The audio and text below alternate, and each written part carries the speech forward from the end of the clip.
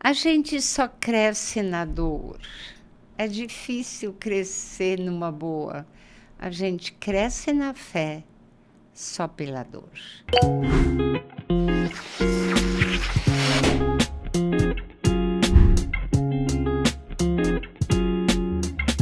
Olá, sejam bem-vindos a mais um episódio do Podtai. Estou muito feliz de ter você aqui acompanhando cada episódio, cada convidado, que sempre tem histórias especiais para trazer para nós. Então, você que está em casa, no carro, lavando a louça, no trabalho, onde quer que você esteja, que esse seja um momento leve, inspirador e cheio de propósito. Hoje, o episódio está demais. Nós estamos na temporada Mulheres que Inspiram e eu já adianto que a convidada de hoje é muito especial. Vocês vão ver já já. E antes de nós iniciarmos o episódio, eu gostaria de agradecer aos nossos patrocinadores, porque eles têm feito com que esse projeto vá adiante. Então, eu gostaria de agradecer a Visual Cosméticos, que tem como missão despertar a feminilidade e o autocuidado nas mulheres, sempre com muita excelência e propósito. E também a Nath Fotografias, que tem como paixão registrar os momentos mais importantes de uma família, com um olhar sensível voltado para a gestação e para os primeiros meses do bebê. Então, muito obrigada por vocês acompanharem esse projeto comigo, essa jornada, porque vocês fazem parte de cada história contada aqui no Podtai. Agora vamos para o episódio. Gente, a convidada de hoje é uma mulher de referência. Ela é uma mulher de entrega, de compaixão e de serviço ao reino de Deus. Úrsula é empresária, líder em diversas ações sociais e, junto com o seu esposo, tem transformado realidades. Seja muito bem-vinda ao Podtai. Obrigada por aceitar esse convite, Úrsula, para ter essa conversa especial aqui comigo. Com a gente. Obrigada pelo convite. Me sinto muito honrada de poder estar contigo hoje. Ai, que bom. A honra é toda nossa de ter a senhora aqui para contar um pouquinho sobre a sua história. E aí, para começar, eu já gostaria de perguntar e pedir para a senhora contar de onde que a senhora como você se intitula. Eu queria que você falasse de onde que você veio, como que foi a sua infância. Meu nome de solteira é Úrsula Winter. Sou filha de pais que fugiram da Ucrânia na época do comunismo.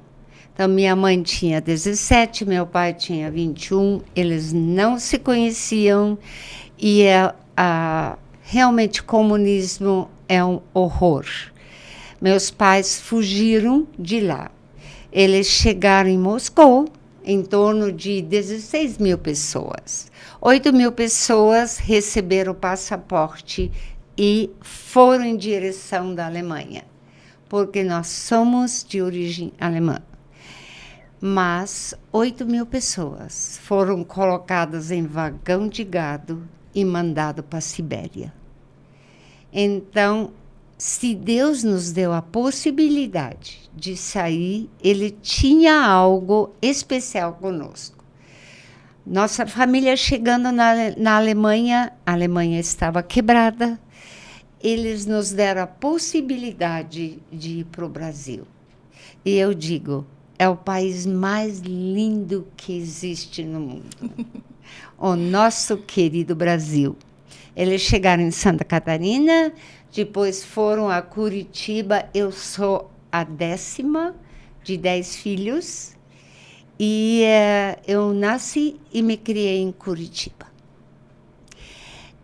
Aos 7 anos de idade, eu tive um confronto com o Espírito Santo.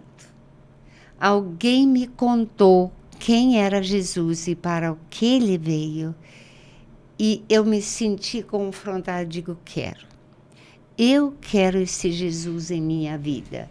Eu realmente senti ele entrar em minha vida e até hoje eu sei que ele é meu Senhor e meu Salvador.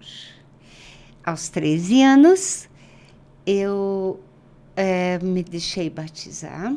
E para o batismo, o pastor me olhou assim e disse, Úrsula, o que você entregou para Deus? Eu digo, entreguei minha vida. E o que te sobrou? Falei, nada. E isso me acompanha até hoje. Não nos sobra nada. Única coisa que somos é Jesus Cristo e tentamos realmente divulgar por onde andamos. O que mais mudou na sua vida após esse encontro com Jesus? E qual que era o contexto? Quem foi que te apresentou ele? Uma professora de escola dominical num estábulo. Porque os imigrantes começaram do nada, foi muito difícil o começo. E uma tia, Suzy, ela dava aulas da Bíblia dentro do estábulo, sentada em cima de uma cadeira para tirar leite. Então, foi assim muito especial, o contexto muito pobre, mas muito rico. Com Jesus não tem pobre e rico, só tem valores essenciais. Né? Exatamente. Como é interessante que o sim dessa professora marcou toda a sua vida. E hoje várias pessoas também são abençoadas através da sua vida. Ela talvez não imaginava que naquele lugar tão simples ela poderia apresentar Jesus para uma criança e olha onde você chegou, né? E essa tia veio junto com o irmão dela, porque ela perdeu o marido e os filhos no comunismo. Ela estava só. Mas ela foi uma grande bênção entre nós, que eu sou de origem menonita. Então, um povo que realmente vive e segue Jesus. Né? Você pode falar um pouquinho sobre isso? Sim. Na mesma época de Martim Lutero, um padre chamado Menno Simons, no norte da Alemanha, no sul da Holanda, ele teve a mesma experiência. Então, e nós somos os seguidores deles, anabatistas, né? Então... Entendi. Eu não conhecia esse outro termo. O termo anabatistas, eu já conhecia. É conhecido, né? Então, vamos agora para a sua juventude. Aí você teve esse momento de conversão, se batizou, e isso aconteceu em Curitiba. Curitiba. Eu nasci, fui criada em Curitiba, sempre dentro da igreja, mas eu me criei numa época hippie. E a influência mexe com todo mundo. Então, foi uma época que muito mexeu comigo. Mas o que mais me impressionou, jamais droga, jamais sexo ilícito. Isso nunca foi minha ideia. Agora, o não se importar com materialismo. Se eu tenho muito, se eu tenho pouco, para mim não importa. O que importa é eu estar bem. E isso nos ajudou muito, e eu digo realmente nós, porque com 21 anos eu conheci o Zig, e eu sempre queria casar com missionário. E aí eu fui achar um agricultor. E descobri que esse agricultor é um missionário. Isso foi muito interessante. Ele queria falar no Maracanã. Ele queria ser realmente um homem que conquistasse muitas almas. E Deus falou para ele, não. Você vai sustentar esse povo. Você vai trabalhar, produzir e sustentar. Então, hoje, nós somos agricultores, plantamos soja e milho e plantamos bastantinho. Mas realmente grande parte do nosso lucro vai para missões. Amém. Então, estamos casados há 46 anos. 30 anos trabalhamos juntos. Eu fui a contadora dele, a financeira, e ele no administrativo. Né? Daí vieram genros e vieram filhos, e eles assumiram essa parte. E eu tive o privilégio de ir para missões. Um chamado claro. E foi assim. Num congresso de jovens, de repente eu vi a voz de Deus: vá no meio do Santa Cruz e senta no meio-fio que eu quero falar contigo. Eu digo, como? Eu não vou para lá. É muito perigoso. E há 25 anos atrás, gente, como era perigoso, eu não queria ir. Depois de um ano, novamente eu senti, eu ainda estou te esperando.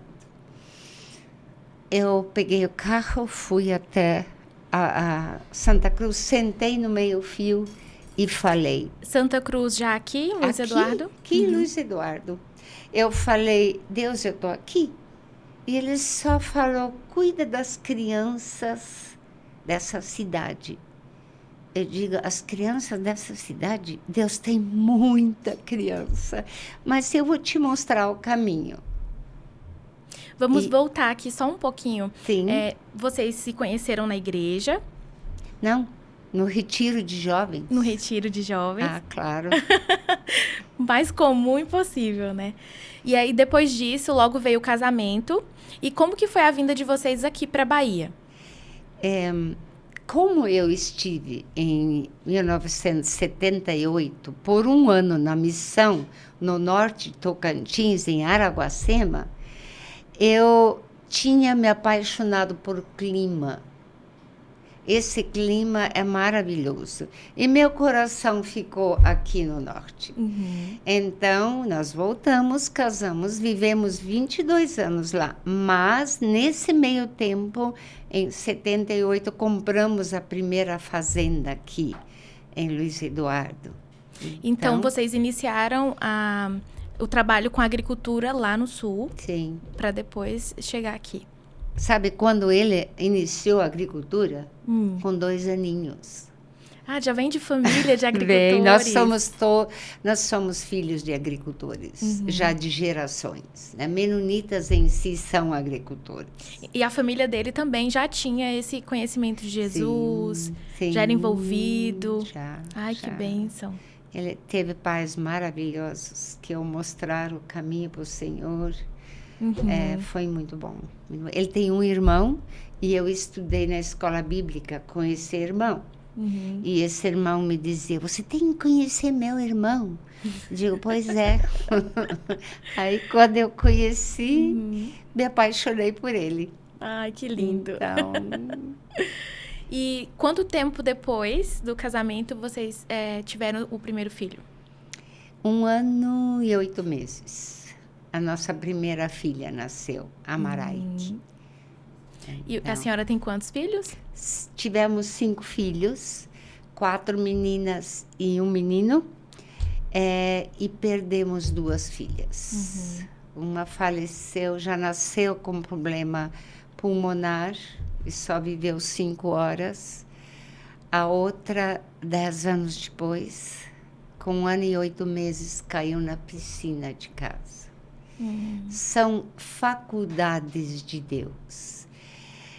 Deus queria dizer algo muito especial. Quando a nossa Debbie, com 1 ano e 8 meses, faleceu, nós sentimos que entregaríamos tudo que temos e trabalharíamos como o menor dos trabalhadores, só para ter ela de volta. E é isso que Deus queria no nosso coração. Para a gente não se agarrar ao dinheiro. Para ver elas de novo, sabemos que precisamos andar num caminho santo, puro, humilde. Então, e esse é o nosso propósito. Esse período delicado, difícil, a fé foi fundamental. Fundamental. A gente só cresce na dor. É difícil crescer numa boa. A gente cresce na fé só pela dor. Então... Já que nós estamos falando sobre esse assunto e o nosso público, grande parte é mulheres, pode ser que alguma das pessoas que estão nos assistindo já passou por algo parecido. O que a senhora poderia falar da parte de Deus? Sim, para mim foi muito importante. é resolver a circunstância. A Débora caiu na piscina e eu falei a mim, a piscina não é culpada. Ninguém é culpado. A gente podia culpar as circunstâncias porque ele não pegou, porque eu peguei. Digo, não. Foram circunstâncias de Deus e eu preciso resolver. Eu me sentei à beira da piscina, coloquei os pés na água. Eu falei, você não é culpado.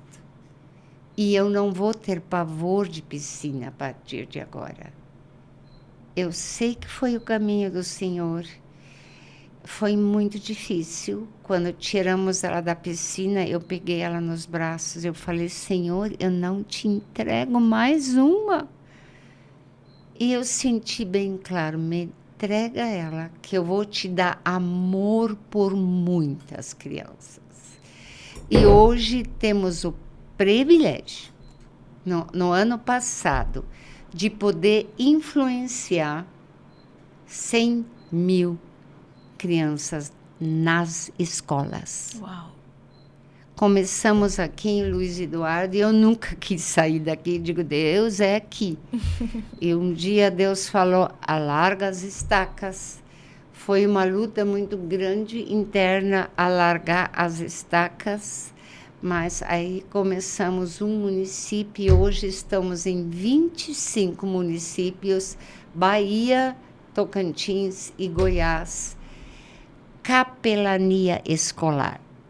Dentro da escola. Então, conta um pouquinho pra gente como que começou o envolvimento de vocês com a ação social. Eu ia dizer, ação social é simplesmente uma ferramenta. O nosso alvo é ganhar, na realidade, é povoar o céu e despovoar o inferno. Amém. Esse é o único alvo que nós temos, salvação. E aí, quando Deus me pediu para cuidar das crianças, eu digo, de que jeito? Eu já vi amigas quase sair sem roupa de um lugar onde eles queriam distribuir sanduíches aqui na cidade.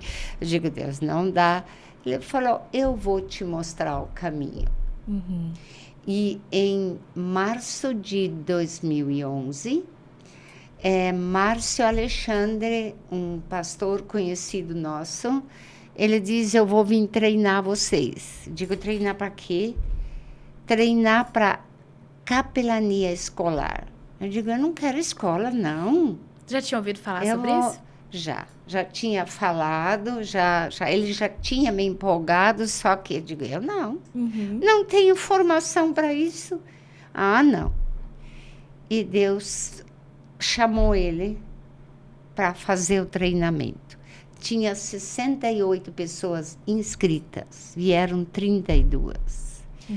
Estava chovendo. Só sei que um filho do Márcio ficou doente.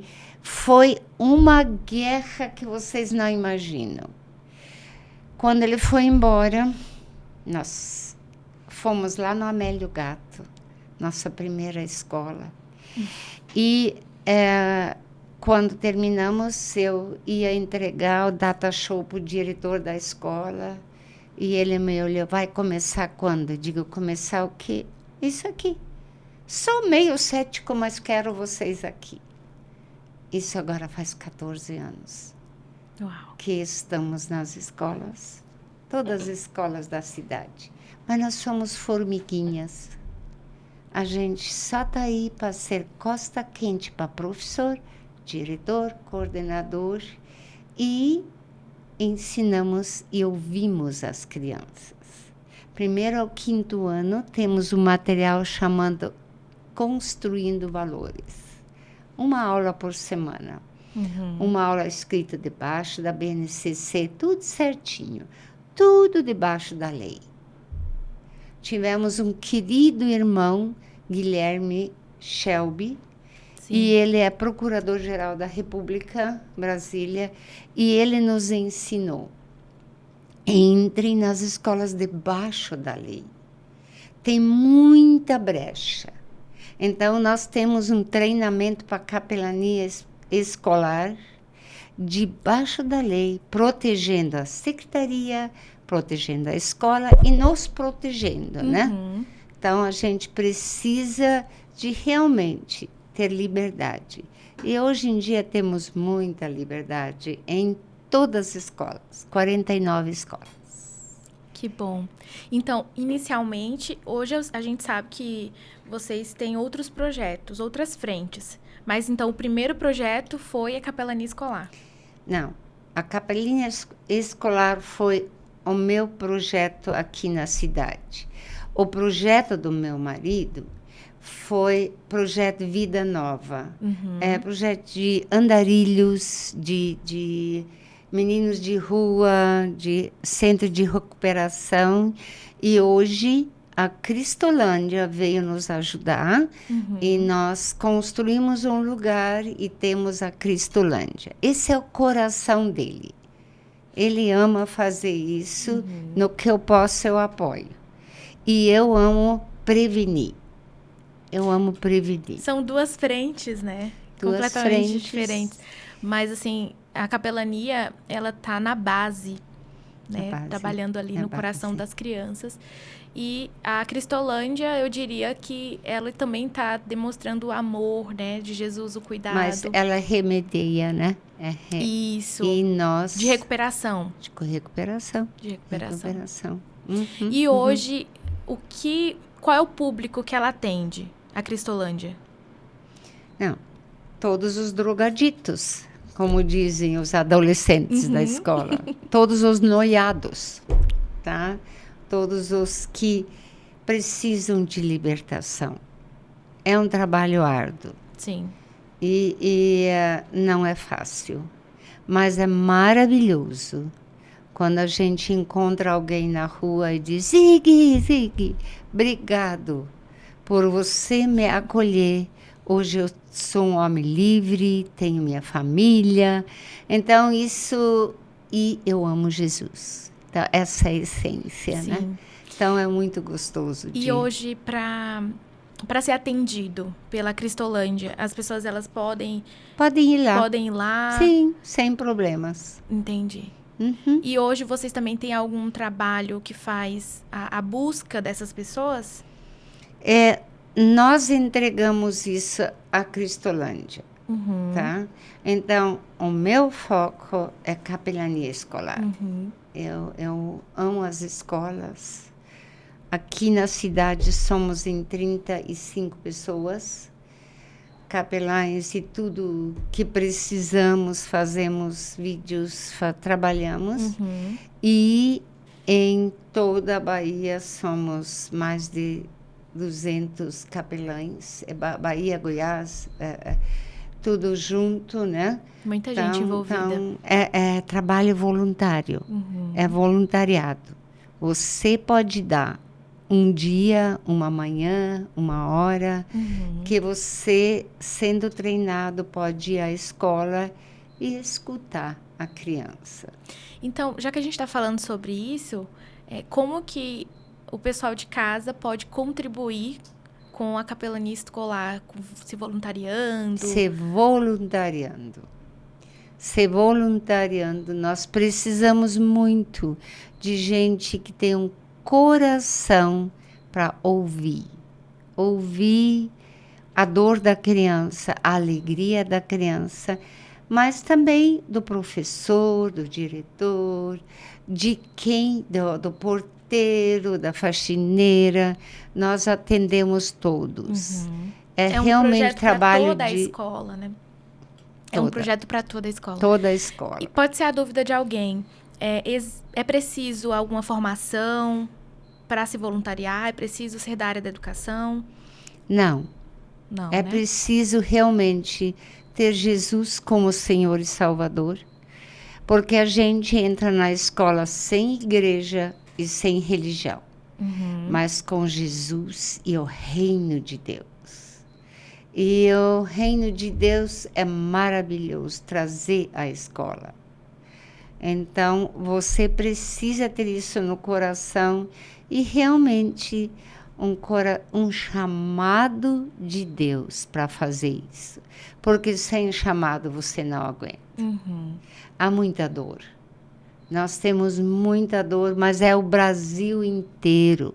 Minha cunhada está em Palmeira, Paraná, fazendo o mesmo trabalho. Nós estamos aqui, tem um sobrinho que mora em Manaus e tem gente fazendo o mesmo trabalho. E a dor é a mesma. E eu ia chamar a dor de cadê mãe? Cadê pai? Então, essa é a maior dor. Há realmente uma geração que não tem a prioridade de cuidar dos seus filhos. Então, a gente vê muita dor. E a pior de todas é o divórcio. Sim. Não tem como isso. É o que vemos. Pais separados é uma criança perdida. O dia que conversamos, a senhora falou um pouco sobre isso, que a partir da sua geração houve uma ruptura. Pois é. Você pode comentar um pouco sobre como isso tem influenciado hoje a sociedade? Sim, nós temos realmente visto que há uma prioridade errada hoje em dia. No dia que eu sou mãe e pai, a opção de divórcio não existe. Porque agora eu tenho um novo ser humano que precisa crescer, que precisa ter o aconchego do lar. E a maior dor é quando esse aconchego é tirado. Ali começa toda a confusão. Então, eu ia dizer, nunca pense no divórcio. Seja quão difícil for. E todos nós temos as nossas dificuldades. Eu sempre digo, cada um tem um apesar de. Mas, em geral, é o apesar de que me faz crescer.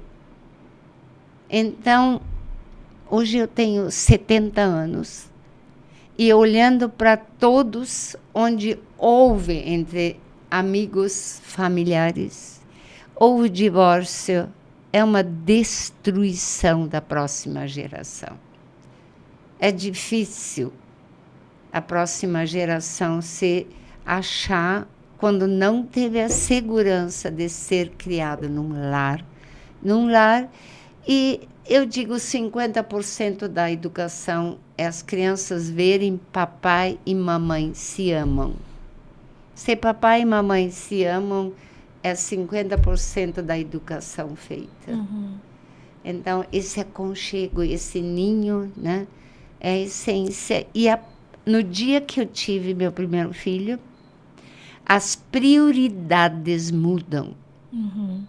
E nós tivemos 5 filhos, então as prioridades mudam. É a próxima geração que precisa ser levantada para, quando eu não estiver mais, eles estiverem firmes e seguros, andando com Jesus neste mundo. Né? Eu costumo falar que a maternidade é desafiadora. É muito. De fato. E os filhos, eles nos colocam diante de duas alternativas. Ou melhorarmos, né, ser exemplo, porque é um espelhinho da gente. Eles acabam copiando, então faz a gente avançar ou faz a gente ficar na posição de frustração, de decepcionado, que é o que a geração de hoje está com a maternidade. Não enxerga a beleza por trás do desafio. E eu acredito que o Senhor, Ele quis que fosse assim. Poderia ser algo mais fácil, mais rápido. Mas o Senhor, Ele deixou uma gestação de 9 meses. Ele quis que o bebezinho dependesse. E que fosse do jeito que é. Porque tem um propósito do Senhor diante disso. Sem dúvida alguma. Sem dúvida. Mas por que estamos aqui? É para cuidar da próxima geração? Verdade. Se não tivermos, a próxima geração vai acabar tudo. Então, da gente ter a consciência, eu estou criando o presidente de amanhã. Eu estou criando o doutor de amanhã. Eu estou criando a professora de amanhã. Então, como eu estou dando base para essa criança, para que amanhã ela possa ser adulta? Um exemplo, nós trabalhamos na agricultura. Temos 9 netos, dos quais gêmeos de 14 anos e um menino de 16. Eles são sucessores hoje já, mas desde pequenininhos foram puxados para estar junto. Nós envolvemos eles, e hoje eles vibram e vivem. Perguntaram para o meu neto, o que você vai ser? Então, dizer, agricultor já sou hoje. Então, na gente saber entregar um legado. E isso depende de nós. Como vamos educar e vamos entregar um legado para o nosso filho, para ele ter orgulho de ser como o pai era. O nosso filho, com 32 anos, é o xerox do pai. Como o pai ama a agricultura, o filho ama a agricultura. Isso dá um prazer tão grande de ver sucessores e não herdeiros. Exatamente. Então, já que a gente está falando sobre esse assunto e eu tenho 2 crianças, uma de 3 e uma de 6, eu queria que a senhora comentasse um pouquinho da infância. Porque você sempre esteve ajudando o seu esposo ali, né? Na lavoura, no trabalho. E hoje é a realidade de muitas mães, infelizmente, não conseguirem acompanhar a primeira infância da criança em casa por uma necessidade financeira de trabalhar o externo. Essa é a realidade de muitas mães. E como que foi para as senhoras? Você sempre esteve em casa, na infância deles? Como que você lidava com auxiliar o trabalho e a maternidade? O privilégio que eu tive, nós tivemos o escritório dentro de casa ou mais tarde do lado da casa. Então, nós criamos os nossos filhos debaixo da mesa de escritório. Eles sempre estavam juntos. Então, filho não é uma carga, filho é um privilégio e ele nunca estrova. Onde eu estou, ele pode estar comigo, porque muitas coisas ele só aprende no colo. Tá junto, perto, ao nosso redor. Então, nós tínhamos 2 mesas e eles brincavam de um para outro. Estavam sempre perto de nós. Por outro lado, nós tínhamos alguém que nos auxiliava. Então, quando havia alguma circunstância, ela cuidava. Mas nós dávamos tempo de qualidade para eles. O que a senhora poderia deixar para as mamães que, por algum motivo, não têm esse privilégio de, por exemplo, trabalhar com o filho em casa ou de levar o filho para o trabalho e ela precisa se ausentar um período? Não deixe que a prioridade da tua vida mude. Tua mãe em primeiro lugar. É esposa e daí mãe, né? Então, essa prioridade, não o trabalho. E ter esse equilíbrio não é fácil, de jeito nenhum. Mas quando você está com teu filho, tenha realmente tempo. Desliga o resto do mundo. Não faz mal se a casa não esteja bem limpa. Não faz mal se tudo não está em ordem. Mas o que é prioridade, que a criança sente que os pais... E o pai também é muito importante. É um trabalho de parceria. Tempo para eles. Então, às vezes, não é muito tempo. Mas, às vezes, o tempo que eu tenho é de qualidade. Eu programei brincar, fazer jogos de mesa, um mínimo de celular. Você brincar, viver, correr com eles. Então, isso vai desenvolver a mente muito mais, se você brinca com eles. E tempo de qualidade, né? A senhora falou uma coisa que eu achei muito interessante. Eu peguei para mim. Você disse assim, no colo ele também aprende. Muito. E eu percebo que nessa geração nós tentamos fazer atividades sem os filhos. Porque a gente entende que ou vai atrapalhar, ou eu vou ter mais dificuldade. Por exemplo, ir à igreja, né? Você vai ter uma dificuldade, um trabalho a mais para assistir um culto e prestar um culto com um bebê, com uma criança. Ou qualquer outra atividade. Mas quando nós somos intencionais em usar todos os tempos com eles, é incrível o tanto que eles aprendem, o tanto que eles crescem. A gente, esses dias, estava conversando lá em casa, que os meninos, às vezes, Jadson chega e precisa ir ao mercado. E aí, sempre eles querem ir. E é claro que é mais trabalhoso ir ao mercado com a criança. Mas a gente conversando, e ele falou assim, precioso. Amor, eu acho que eu preciso rever esse tempo e passar a levar eles. E aí ele começou a levar as crianças para o mercado. E é nessa hora que tem o diálogo, porque o pai trabalha fora, né? Então é essa hora que ele conversa, que ele brinca, que ele ensina. E aí essa fala é muito preciosa. O colo também ensina. Então, aonde você for, leve o seu filho. Ele vai estar aprendendo o tempo inteiro ali com você. E ali vem a educação.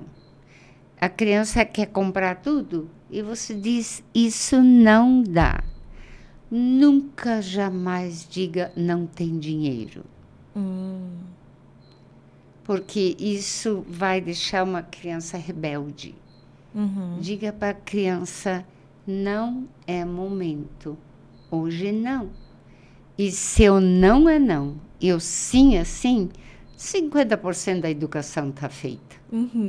Mas quando eles não aguentar o tranco, às vezes é difícil. Mas você disse não, aguenta. Então, isso é prioridade. E ele tem que conhecer o mercado. Ele tem que saber que há 1001 possibilidades, mas nem tudo é bom. Nem tudo é para agora, nem tudo é necessário. Ele vai começar a aprender a esperar. E todos esses momentos são oportunidades de ensinar, de ser intencional, aproveitar o tempo. E já que nós estamos falando de criança, eu queria que a senhora falasse um pouquinho sobre o projeto Menina dos Olhos de Deus. Não tem como não se emocionar. Em 8 de agosto de 2011, nós entramos na primeira escola. E dentro da escola a gente ouvia muitas coisas. E no começo é muito difícil. Você viu uma criança dizer que foi abusada e dentro de casa, seja verbalmente, seja de tudo que é tipo, abusada. E aí você diz, e agora? E nós tínhamos várias crianças assim. Eu falei, Deus, se você nos mostrou a dor da criança, por favor, nos dá uma solução. Então, eu entrei em contato com meninos e meninas dos Olhos de Deus de Goiás, Trindade, Goiás. E a gente não precisa inventar a bola se alguém já inventou. Então, nós sentamos junto e conversamos. E eles vieram, a Luiz Eduardo, e nos ensinaram como abrir uma casa, casa de acolhimento, né? Então, com eles nós aprendemos e aprendemos como procurar, como ter a possibilidade. Tivemos sempre a ajuda de juízes, promotores, conselho tutelar. É um trabalhar juntos. E aí a gente acolheu as primeiras crianças. E até final de 2023, com a minha coordenação, nós tínhamos acolhido 80 crianças. Então, eu falei, como a capelania cresceu muito, eu falei, pedi para minha filha, falei, Pauline, você assume a casa. Então, desde dezembro de 2023, a nossa filha, Paulina, assumiu a coordenação da Casa dos Meninos e Meninas dos Olhos de Deus. Ela já mudou o nome e tudo. Eu digo, mas eu dei carta branca. Eu digo, você faz porque escola para mim já é muito trabalho, né? Sim, então, a partir de lá... Mas é maravilhoso. É maravilhoso. Recebemos, por exemplo, 5 irmãos esqueléticos. A mãe esquizofrênica e o pai drogadito e tal. E recebemos crianças inteligentíssimas, sofridas. E algumas até hoje levam consequências. As marcas, mas né? Todos eles hoje adultos. O mais novo é o meu xodó. É o Matias, que hoje é professor de música. Que legal. Então, nós demos a possibilidade de eles seguirem até acharem uma profissão e acharem uma possibilidade de sobreviver, né? Então é muito bom. Não é fácil. Não é fácil, porque vem crianças mimadas e machucadas, mas não educadas. Então, você tem que fazer a arte de tentar... Não, você não é pobre coitadinho, não. Você do vitimismo. Isso você tem que desconstruir, mas também tem que desconstruir que todo mundo tem que cuidar de mim. Não. Você vai ter que assumir a tua vida. Quanto mais cedo, melhor. Isso não é fácil, porque são crianças e que a sociedade não quer. Elas chegam com que idade? Todas as idades. Diverso, né? Nós nunca queríamos bebês, mas há uns 6 anos atrás o juiz veio me pedir, eu preciso esconder um bebê. E eu cuido já de vocês, posso cuidar junto? Aí veio o bebê na casa, mas foi uma alegria da casa, transformou a casa. As meninas, os meninos, e podemos dar um nome? Digo, podem chamar o menino de Boaz, porque estávamos estudando Ruth. Ai, que lindo. Então, ele virou realmente uma alegria da casa por 4 semanas. Que 4 semanas? Ficou 4 meses conosco. Um bebê recém-nascido, mas paparicado por todos. Foi uma festa. Então, depois esse menino voltou para a mãe. Tivemos umas 8 adoções dentro desses 11 anos, 12 anos.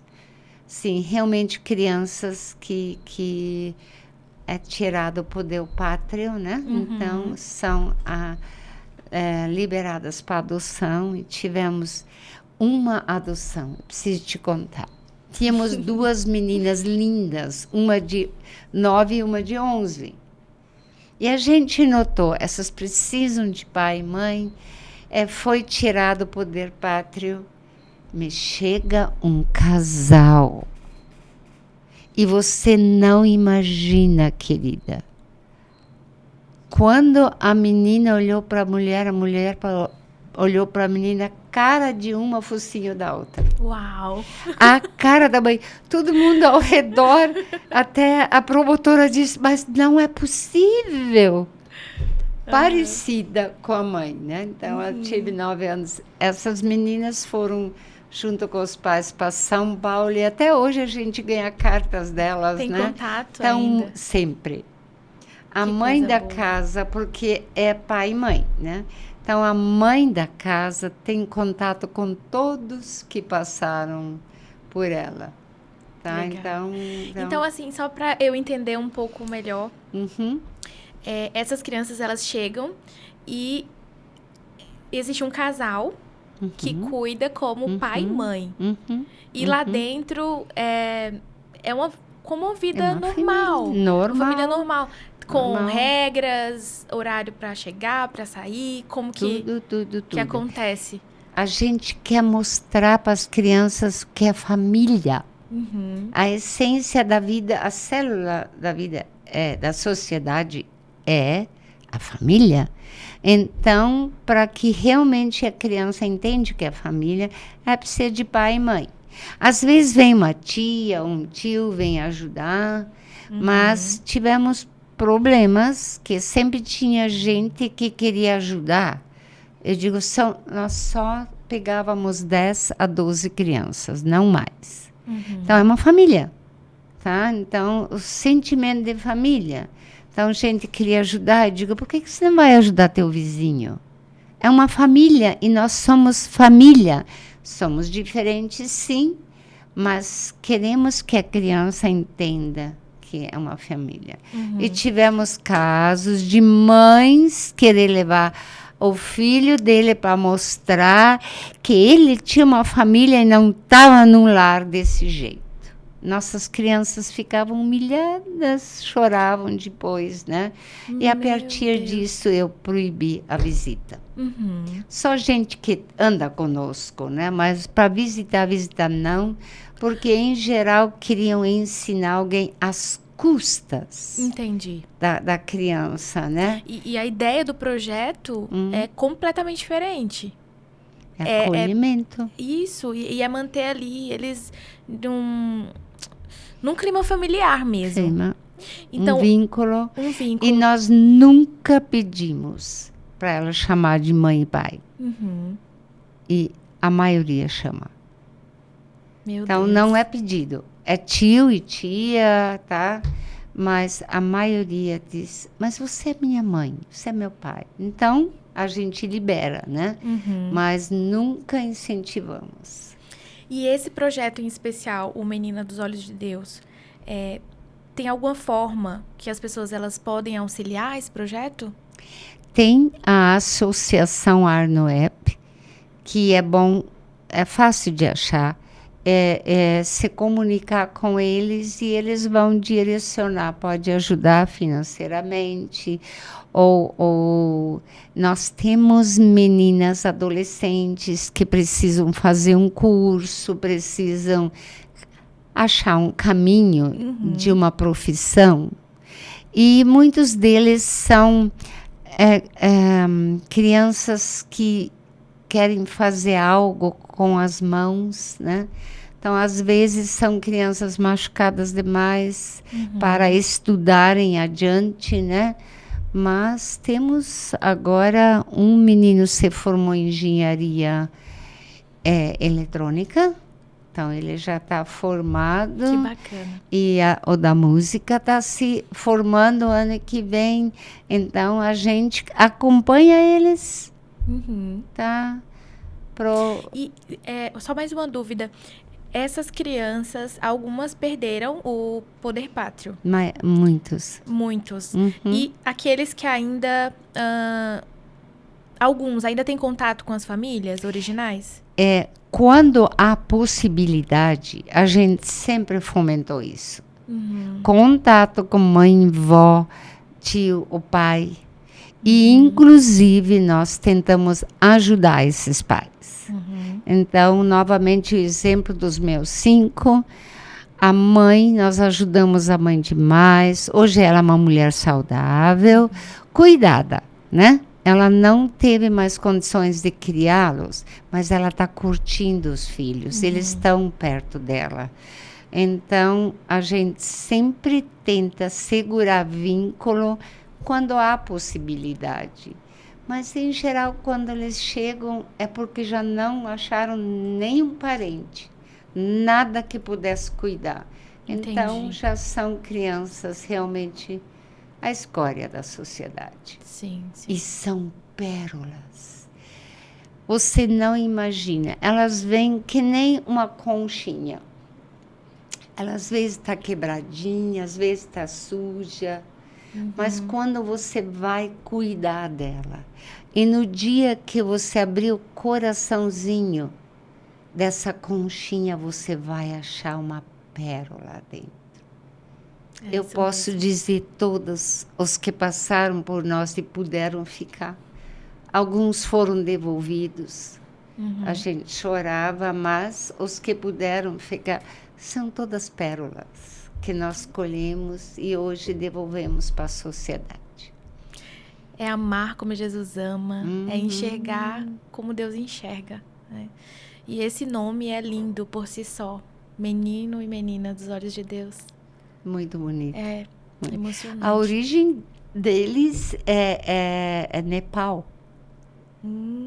Então, isso nasceu no Nepal. É um pastor conhecido nosso. Ele foi para lá, ele viu meninas sendo vendidas. E, lógico, para o prostíbulo, né? E ele começou a comprar elas. E abrir uma casa para elas.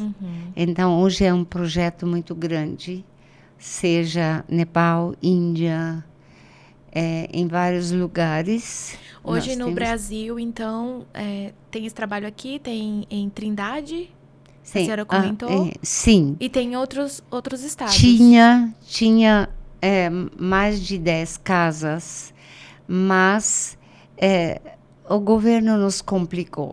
Entendi. Então, praticamente desse jeito. Temos a nossa casa e uma em Trindade. Nossa. Então, o governo quer casa de passagem, né?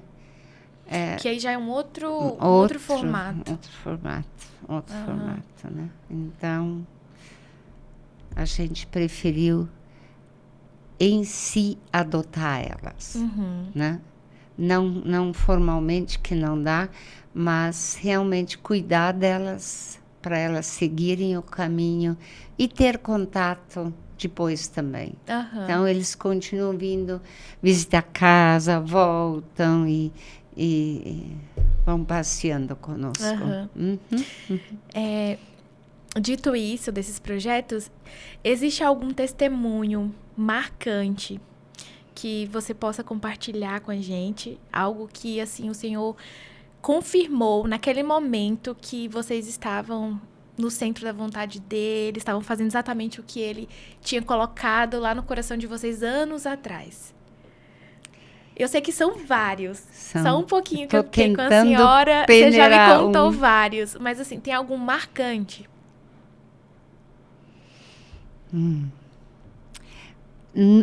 Na casa dos meninos, todos eles são marcantes. Todos eles vieram de uma realidade que você diz é impossível. Mas Deus devolve a ingenuidade. Isso foi para mim muito marcante. Uma das meninas veio com 4 aninhos, usada pelo próprio pai. E anos depois, o pai voltou a casa e ela não lembrava de nada. Meu Deus. Aquilo para mim foi muito marcante. Quando Jesus entra na tua vida, ele cura, ele limpa. É lógico, com a ajuda psicóloga, com a ajuda de realmente de muito amor, a gente notou a cura. Ela estava completamente curada. E quando você falava de meninos para ela, ela ficava vermelha, com vergonha. Sabe, aquela ingenuidade, a pureza tão bonita. E nós ficamos, e o pai foi culpado de pedófilo. E agora nós não queríamos contar isso para ela. E logo depois disso, o pai foi preso. Porque ele veio buscar ela. E ele me olhou assim, nossa, como minha filha tá bonita. Eu podia ter batido nele. E Deus guiou. Nunca precisamos lembrar ela e nem levantar um subconsciente. Ele foi preso e ela hoje é uma menina muito bonita. Ai, que bom. Tá? Então isso marca saber que Deus cura, Deus limpa, Deus restaura. Então, eu não preciso ficar amarrada ao meu passado. A dor Todos nós tivemos alguma dor. Não tem ninguém que não teve uma dor. Mas nós podemos perdoar. E só realmente Jesus cura e me dá um novo olhar para a vida. Todos que realmente se entregarem a Jesus, Ele cura. Então, não fique amarrada ao teu passado. Isso só faz mal para você. Passado é passado. Sim. Passa uma régua e olha para frente. E muitas vezes na capelania a gente encontra crianças que passaram pelo que eu passei. Então, no primeiro respirar, você engole seco, né? Mas depois, você sendo curada, você pode dar oportunidade do coraçãozinho delas também serem curadas. E essa é a minha maior alegria. Quando você vê aqueles olhos brilharem, que entenderam a salvação. E daí vem a libertação e a cura, né? Sim. E fazer parte desse trabalho que Deus está fazendo. A gente fazer parte, contribuindo, Nossa. é um privilégio. Não tem prazer maior. O prazer maior na vida é resgatar vidas. Fomos feitos para servir. Fomos para feitos. isso. E é um prazer enorme, tá? Não é fácil. Mas realmente essa luta diária realmente te fortifica. Sim. E a palavra de Deus diz: espera no Senhor, ser forte, coragem, espera no Senhor.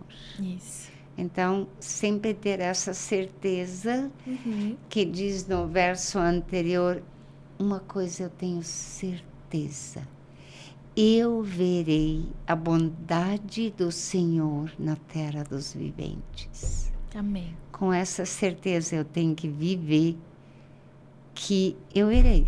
Apesar de hoje não enxergo nada, não sei de nada, não quer dizer. Mas ter essa certeza no Senhor de cura é maravilhoso. Eu fiz uma pergunta para a senhora no off e eu vou refazer essa pergunta porque aquilo me ensinou demais. E aí eu gostaria que as pessoas também tivessem acesso a isso. Eu perguntei como que a senhora lida diariamente com esses casos difíceis. Aqui foi só um pouquinho do que você comentou. Imagina o tanto que a gente não sabe. E como que você faz para deitar durante a noite, dormir tranquilamente, acordar bem no outro dia? Um conselheiro me ajudou demais. Ele disse, sabe, na realidade nós todos somos que nem um vaso de banheiro.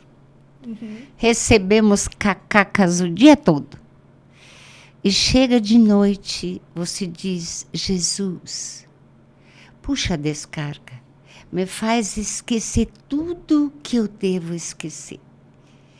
Só me ajuda a lembrar quando eu preciso. Senão, o problema não é meu, é do outro. E eu só posso ajudar o outro quando eu estou bem. Então, digo, Jesus, põe um pouco de desinfetante.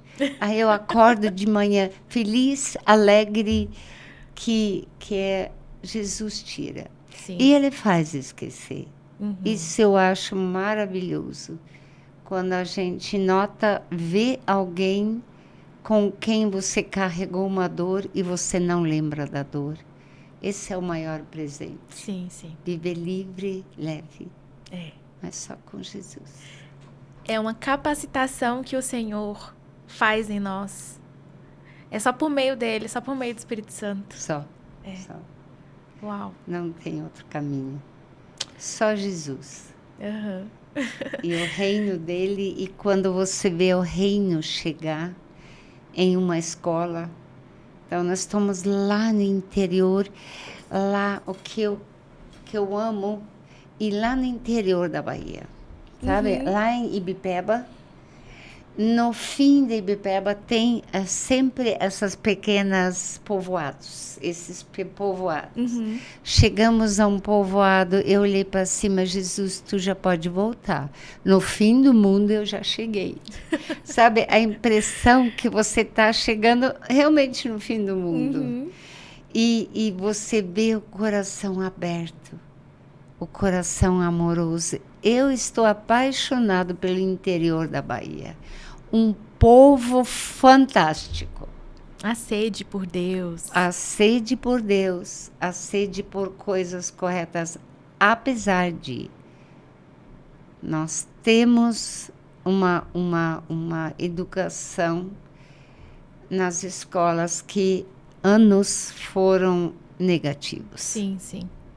E com isso certas mentalidades fazem mal.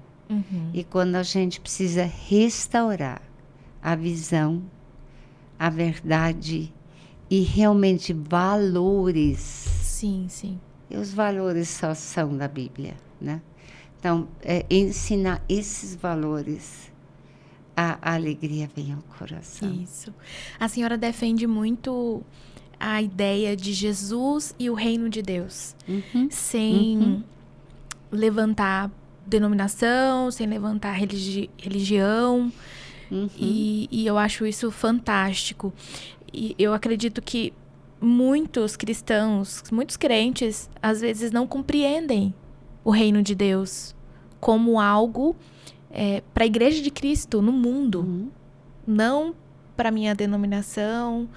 E assim, isso é complicado, porque o mundo hoje, por exemplo, as escolas são muito influenciadas, porque uma das ferramentas que o mal utiliza é a educação, a cultura, para influenciar, para disseminar valores contrários, valores não, deturpar os valores.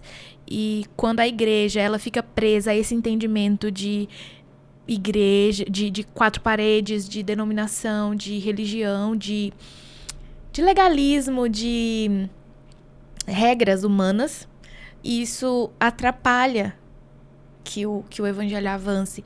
E a senhora fala muito bem sobre isso. Eu queria que você comentasse agora como que veio esse entendimento para o seu coração, de que era muito além. Não era só ali dentro da igreja, era o reino de Deus. E as ferramentas que o Senhor foi te dando, né? Na realidade, desde pequena, eu sempre fui aberta, sempre fui curiosa.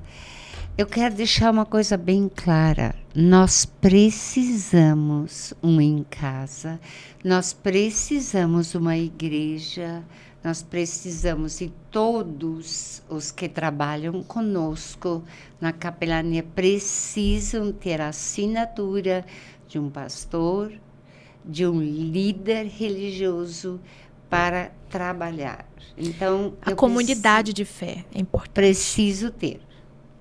Eu não posso ser, querer viver sozinho, eu realmente vou cair numa heresia. Se eu não me ponho debaixo de cuidado e junto com os irmãos, e é coisa mais gostosa, estar junto na igreja. Sim. Mas eu preciso abrir os olhos. Nós somos em torno de 22 igrejas, membros de igreja que trabalham conosco na capelania. Então, tudo que é tipo de igreja. Mas quando a gente se reúne, eu sempre digo, nós estamos no front. Nós estamos na primeira linha de guerra nas escolas. A gente não tem tempo de falar em picuinhas, falar em doutrina, não doutrina. Nós temos que ter clareza. Nós vamos trazer salvação e reino de Deus. E isso é a essência, né? E a doutrina da salvação, ela não se diverge em nenhum lugar. Jesus, o plano de salvação, o céu. Dentro dessa linha teológica, às vezes a gente discute, né? Uma coisa aqui, outra lá. Mas no que diz respeito ao Senhor, ao seu amor, à graça, aquilo que Ele prometeu, não muda. Não muda. E a gente tem que se Não apegar a muda. isso. É o reino de Deus. É o reino de Deus. E a gente vai para qualquer lugar do mundo, por onde a gente viaja. Às vezes a gente nem entende a língua, mas entende o olhar e o discernimento, o mesmo Espírito que mora aqui, mora lá. Uhum. Então, esse discernimento de reino de Deus, até não precisa de língua. Precisa realmente da confirmação. A senhora está falando e veio à minha mente que o fato de se envolver com missões também ajuda a abrir os olhos. Claro. Porque você passa a... É o evangelho além da sua cultura. Além do que você está acostumado, além do que você acha que tem que ser. E quando você visita um outro povo e você se envolve com missões, e parte disso daí é quebrado. Ai, eu tive uma experiência fantástica em Mirangaba. Eu cheguei nos quilombola. Aquele monte de neguinho de bochechinha cor-de-rosa. Quando cheguei, eles quase me derrubaram. E realmente ver o amor de Deus entre eles. Eu ia dizer, no Brasil não tem racismo. Uhum. Nós temos brigas, mas nunca é racismo, porque nós somos todos mistura. Uhum. Todos somos, chamam de pardos, né? Mas a gente é meio moreno, meio branco, meio... E com isso a gente nem nota mais a cor do outro. Mas o amor do outro a gente nota. Uhum. Não, de ver, eu podia ter, assim, amassado um por um aquele sorriso, e é um lugar onde as crianças são muito saudáveis, né?